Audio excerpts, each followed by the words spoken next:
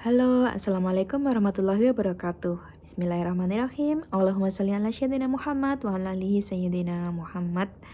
Halo teman-teman, selamat datang kembali, selamat berjumpa kembali di channel ini, channel yang membahas tentang hutang piutang dan spesialnya adalah hutang riba. Bersamaku, salam kenal, namaku Ajeng.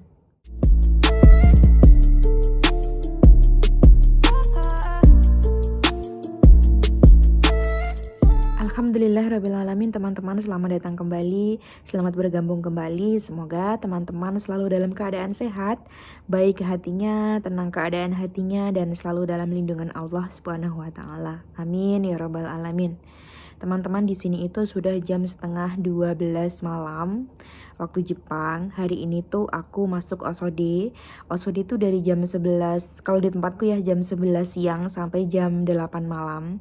Jadi ketika aku pulang ke Apato, nyampe Apato tuh aku langsung makan. Habis makan aku sholat isya dan mengkodok sholat-sholat yang aku tinggalkan karena bekerja tadi.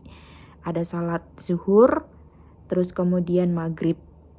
Ya, kenapa nggak sholat asar? Kenapa nggak dikodok sholat asar? Karena sholat asar aku bisa melaksanakannya. Karena aku istirahatnya jam 3 ya. Jam 3 sampai dengan jam 4. Nah, itu aku bisa melaksanakan sholat asar kalau aku lagi OSOD masuk siang sampai malam gitu. Jadi yang dikodok adalah sholat zuhur dan maghrib. Oke, teman-teman, aku hari ini tuh pengen cerita.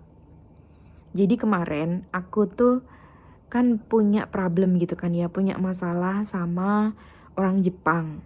Sebenarnya ya bukan masalah besar sih, cuman karena aku belum nareta aja, belum kerasan gitu, belum terbiasa sama kerjaannya karena aku kan baru pindah dari Fukuoka ke Hyogo.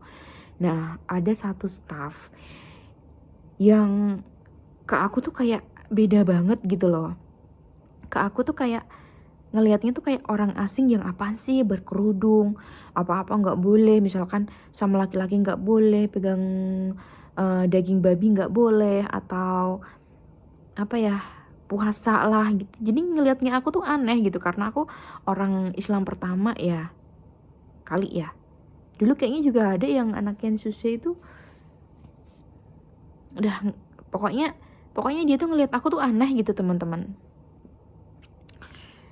Sehingga itu ngebuat perlakuan dia tuh gak baik ke aku.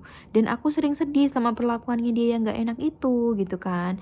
Mana kerjaannya baru banget, aku baru tahu lokasi kerjanya, terus gimana kerjanya, terus lansianya itu juga bikin capek gitu kan ya. Maksudnya tuh di sekarang tempat aku sekarang yang jenis pantinya tuh Tokuyo itu kan orang-orangnya tuh gak bisa jalan semua loh teman-teman.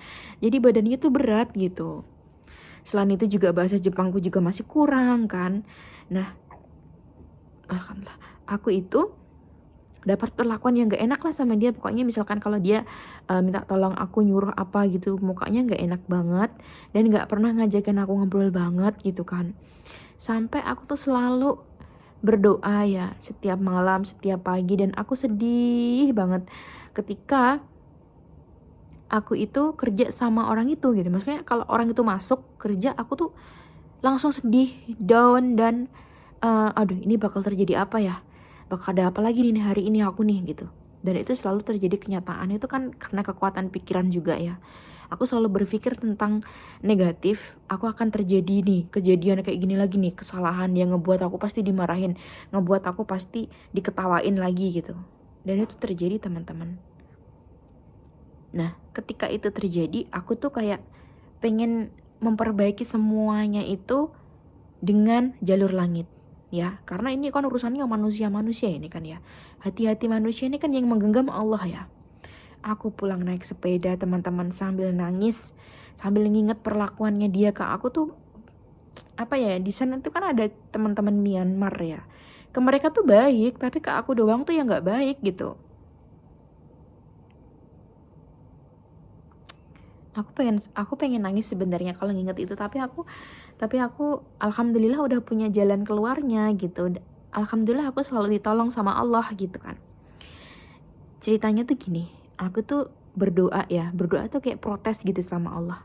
Ya Allah, kenapa sih aku udah berdoa loh, padahal buat diperlancar hari ini, kok hari ini jadi berantakan, kok hari ini aku jadi dimarahin lagi, kok hari ini aku dapat perlakuan yang gak enak lagi. Ya Allah, apa sih salah aku, kurang apa lagi sih aku berdoa, kurang berapa ribu lagi sih aku bersolawat gitu.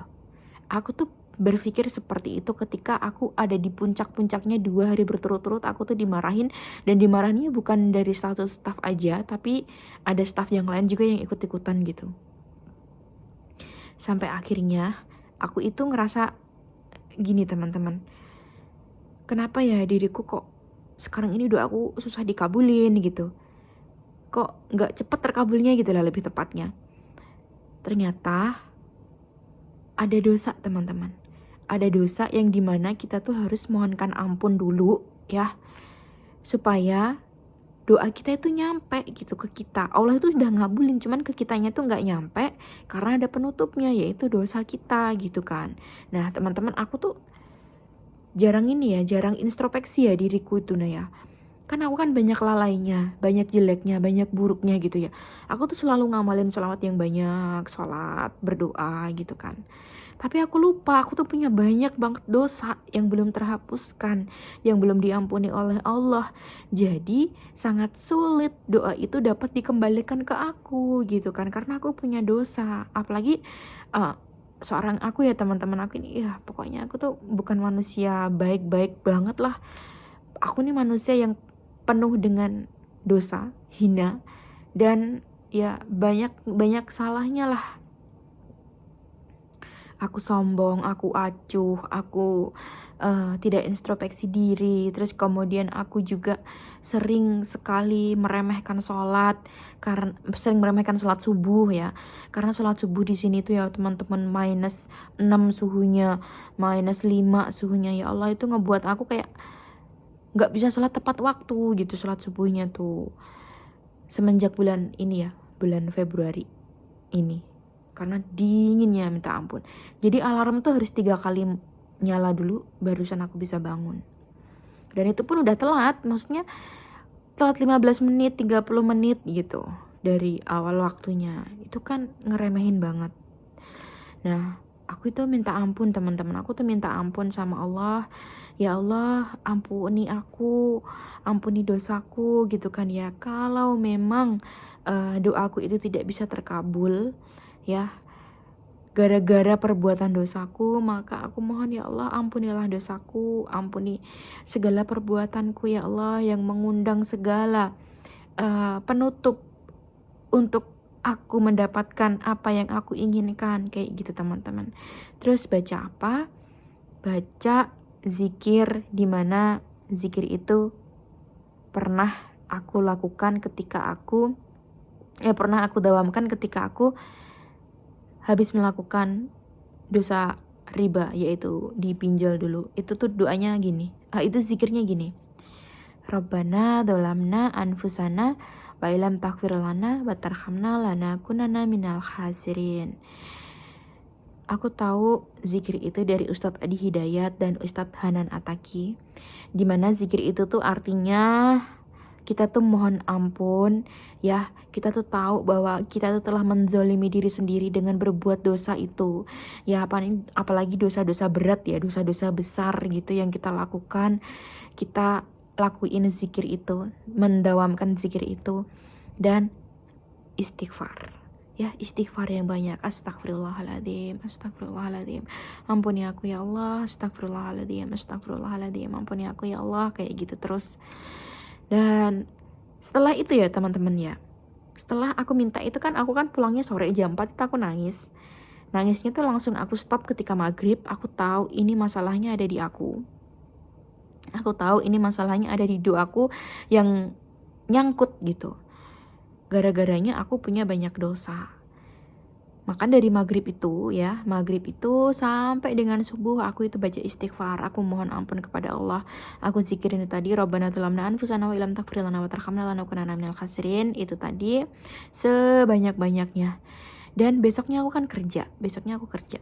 Teman-teman, orang staff yang bener-bener ngeselin tadi ya, yang suka nyari kesalahanku tadi ya, tahu nggak? Ketika kita tuh praktek belajar ini loh, sama leader tuh diajarin ngangkat lansia gitu kan ya, caranya buat dari bawah di ke atasin gitu.